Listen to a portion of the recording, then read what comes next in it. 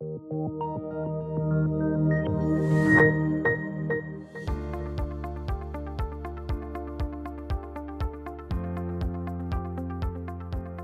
back with another episode of the C-Suite at the Open with TMX.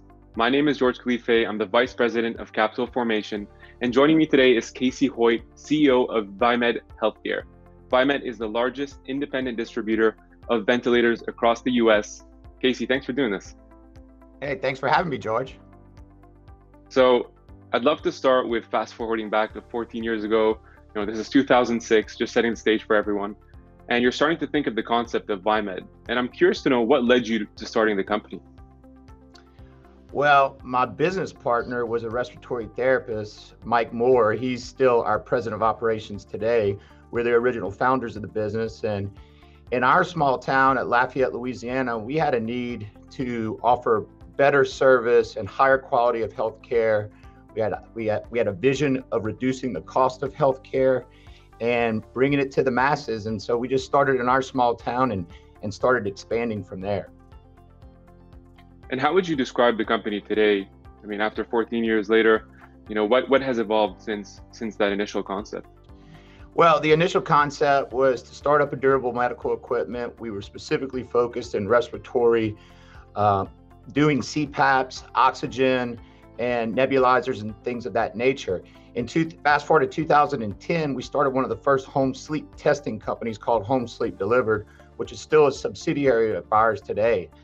That led us, that whole transition of teaching an old dog new tricks, somewhat, of bringing that home sleep study to the home, rather taking an accurate depiction of a normal night's sleep, was a transition. We had to develop a new sales pitch, embrace new technology.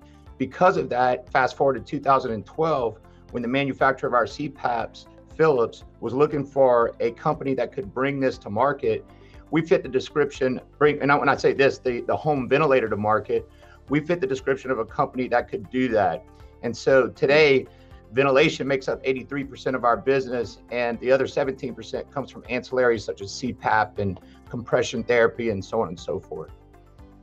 Yeah, well, it definitely seems like there's a need. I mean, if you look at just 2019, I believe VieMed helped service over 22,000 patients across 47 states. And I'm curious also to know, during the pandemic, how much of that increased the demand for in-home therapy, which is obviously a specialty of the company? Yeah, I mean, we had some major tailwinds with the COVID crisis. If you think about it, we needed to get patients out of the facility, out of harm's way, and there was no better way to do that than treating them inside of the home. So step one for us during the crisis was, let's go ahead and make sure we change our protocols to where we're more remotely managing these patients, keeping our patients safe, keeping our employees safe. Step two was, let's get ventilators out into the hands of these states and hospitals who really need the equipment right now. And then step three was, let's provide education, teach them how to use these ventilators, because a hospital system may have been used to only using one or two different brands. Now they have 10 to 12 different brands. We kind of fit that company description of the folks in the respiratory therapy network that could educate the rest of the pulmonologists and the RT floors around the country that were treating COVID on the ground level. So we really build some deep relationships with hospital systems, and those collaborations are the things that we're working on right now to make sure that we're better prepared for the next phase of this type of disease. Yeah, and there was a very interesting study that you did, more so on the research side, and I'd love for you to highlight those data points, one with KPMG and I think one recently with Harvard, that really illustrates the impact that you're having on patients. So I'd love for you just to highlight that for everyone listening. Yeah, 2 years ago, we had KPMG come in, one of the big four accounting firms, and they did the first US-based cost and mortality study. It was over 15,000 patients, and they had really three major findings. The first was that we had a 16% reduction in mortality. Another way of looking at that is, for every 6 patients we put on therapy, we save a life. The second thing they found is that we're reducing hospitalizations to the tune of, the third thing that they found, over $20,000 per patient per year in savings by way of preventing those hospitalizations. So that was the first US-based study that really proved the good that we were doing out there in the homes. We took it a step further. KPMG only looked at 6 months worth of data. the Harvard Medical School and Precision study looked at 36,000 patients and 12 months worth of data. It found very similar results to KPMG. Naturally, we expected our mortality to go down. We went from 16% to 12%. So translates to every 8 patients we put on therapy, we save a life.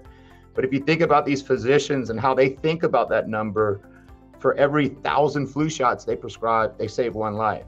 For every 71 cases of Lipitor they prescribe, they'll save 1 life-threatening heart attack. So that was very valuable clinical needle-moving information that the physician community needed to embrace home ventilation. Wow, that's incredible. And just focusing a second on kind of the growth story. So over the course of 14 years, starting from 06 to just last year, coming in at 80.3 million in annual revenue. I'm curious how that experience has been like, now being dual listed on TSX, NASDAQ, starting on the TSX Venture Exchange in 2017. How was that experience overall? And then as a parlay to that question, what is that growth story that you're telling investors moving forward?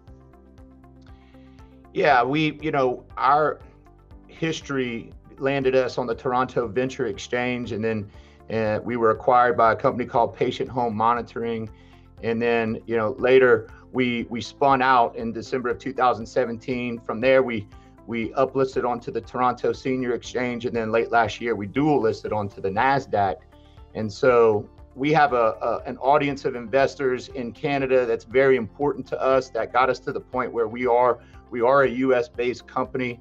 There are not many healthcare plays on the TSX, so we like being up there in Toronto, and we love talking to the investors up in Canada. That being said, it was needed for us to tell our story down in the US, and so that's one of the reasons we dual listed onto the NASDAQ. As it relates to our growth, we've been growing for in the range of 40% year over year over the last 4 years, and the way that we grow is not traditional. It's all organic, and we haven't acquired anyone throughout that process. We really just hired good folks, good people, respiratory therapists. We train them how to walk and talk the VieMed way and become salespeople, and we put them 60 miles down the road. There's a lot of opportunity for growth inside of our geographic coverage area, which is about 36 states right now. And then we expect to be in the lower 48 in the next year and a half. So with a 5% market penetration and 95% of folks still needing us, there's a lot of blue ocean, a lot of opportunity for us to continue to grow at that rate. That's amazing. Well, keep up the great work, Casey, and keep fighting the good fight, to you and all the VieMed team. So thanks for doing this. I appreciate it. Thanks for having me, George. I really appreciate it.